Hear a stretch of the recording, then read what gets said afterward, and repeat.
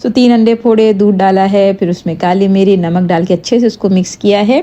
अब मैंने क्या किया है, ये जो समोसे भरे थे ना, इसको पहले ये अंडे वाले मिक्सर में थोड़ा सा डिप किया है, और उसके बाद मेरे पास ब्रेड क्रम्स थे। तो एक तो ऑरेंज कलर के ब्रेड क्रम्स होते हैं जो हार्डली मिलते हैं, और एक नॉर्मल जो हमारे ब्रेड क्रम्स होते हैं। तो दोनों को मैंने मिक्स कर दिया ताकि क्वांटिटी यानी वो हो जाए, क्योंकि वो अगर ऑरेंज वाले ख़त्म हो जाए तो मिलना मुश्किल हो जाते हैं थोड़े तो दोनों को मिक्स करके उसको डिप कर करते यानी बनाते गई, उसको रखती गई। फिर मैं इसको फ्रीज़र में डाल दूँगी हार्ड होने के लिए। जैसे ही हार्ड हो जाएंगे तो फिर उसको जिप लॉक में हम भर लेंगे। अच्छा चले, बच्चों की स्कूल शुरू हो रही है ना, तो फिर माशाल्लाह 4 बच्चे हैं। हनाना भी इस साल स्कूल जाने वाली है, तो उन सब की शॉपिंग करने के लिए हम गए थे, और अल्हम्दुलिल्लाह एक ही बार में सारी शॉपिंग हम कर आ गए हैं।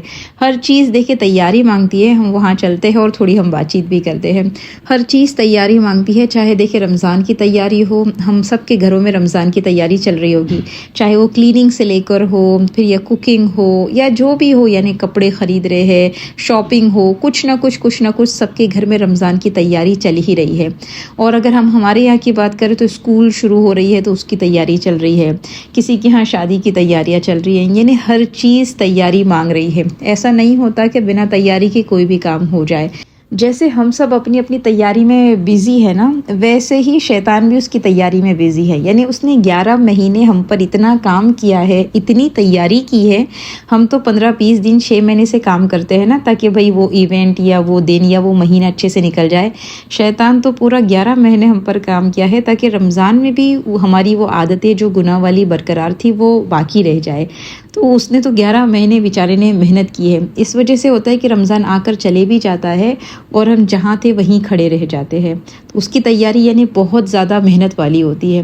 देखिए अल्लाह ने जब हमको सलाहियतें दी है ना, जैसे कान, आँख, नाक, दिमाग, दिल और बहुत सारी चीज़ें अल्लाह ने दिया है। जब कोई चीज़ देता है ना, तो फिर उससे उम्मीद भी वैसी रखता है कि ये रिटर्न बैक करेगा, यानी ऐसी ही चीज़ हमको वापस देगा। जैसे अगर हम बात करें ये बच्चों की स्कूल की, अगर हम शॉपिंग कर रहे हैं तो हमारे दिमाग में यही है कि हम बच्चों को अच्छा पढ़ाए, अच्छी स्कूल में डालें, उनकी एजुकेशन अच्छी हो तो ये रिटर्न बैक अच्छा देंगे, यानी एक अच्छे इंसान बनेंगे और पढ़ने लिखने में आगे हमारा रोशन करेंगे नाम वगैरह। तो ये एक यानी उनका फ्यूचर के बारे में हम ये सोच लेते हैं। तो जब अल्लाह ने हमको इतनी सलाहियतें दिया है तो क्या अल्लाह नहीं चाहता होगा कि हम भी वो रिटर्न बैक करें, मतलब हम भी उसकी दी हुई चीज़ों का सही इस्तेमाल करें। तो अगर रमज़ान की हम ये सब तैयारी कर रहे हैं ना, या हर चीज़ की हम तैयारी करते हैं, थोड़ी सी हम कोशिश करें कि रमज़ान को भी उसी के जैसा गुजारें। उसकी जो असल तैयारी है, जो रूह की तैयारी है, उसके लिए हम थोड़ी सी कोशिशें चालू कर दें। यानी कि अभी से वो जो गुनाह जो हम करते आ रहे हैं ना, उसको अभी से छोड़ने वाले बन जाए, ताकि रमज़ान में हमारे लिए थोड़ा इजी हो जाए। हम देखें ना हर काम के लिए कितनी जान माल मेहनत लगा रहे हैं। जैसे रमज़ान में भी ये खाने पीने बनाने के लिए कितनी मेहनत लगती है, कोई ऐसे ही थोड़ी बन जा रहा है। कोई कितना अपने टाइम का मैनेजमेंट करके निकाल के, और फिर कितनी पैसा उसमें लगता है, उसके बाद जब जाके ये बन के रखा जा रहा है या जब बनाया जाएगा। तो कैसे अगर रूह और फिर रमज़ान आप बोलेंगे ऐसे ही आराम से निकल जाए बिना तैयारी के, बिना कोई उसकी प्लानिंग करे, तो ऐसा नहीं हो पाएगा। ज़रूरी है हमारे लिए कि हम उसके लिए भी अभी से तैयारी करना शुरू कर दे, कि हो सकता है ये हमारा आखिरी रमज़ान हो, नहीं पता हमको इसके बाद मिले नहीं मिले, और रमज़ान तक भी पहुँचे नहीं पहुँचे। अल्लाह पहुँचाए, वो तो दुआ अल्लाह के नबी ने सिखा दी थी ना। रजब में ही हम मांगने लग जाते हैं कि अल्लाह रमज़ान तक पहुँचाना, तो अल्लाह पहुँचा दे, वो अल्लाह का एहसान है। लेकिन जब हम इतनी दुआएं मांग के और इतने यानी उसके लिए सब चीज़ों की मेहनत कर रहे हैं, लेकिन मेन चीज़ की मेहनत नहीं करेंगे, तो फिर ऐसे 1000 रमज़ान भी आके चले जाएंगे तो कोई फ़ायदा नहीं होगा। तो अभी अगर जो अक्सर जो हमारा टाइम है ना, अल्लाह ने हमको बहुत टाइम की बहुत बड़ी नियामत दी है।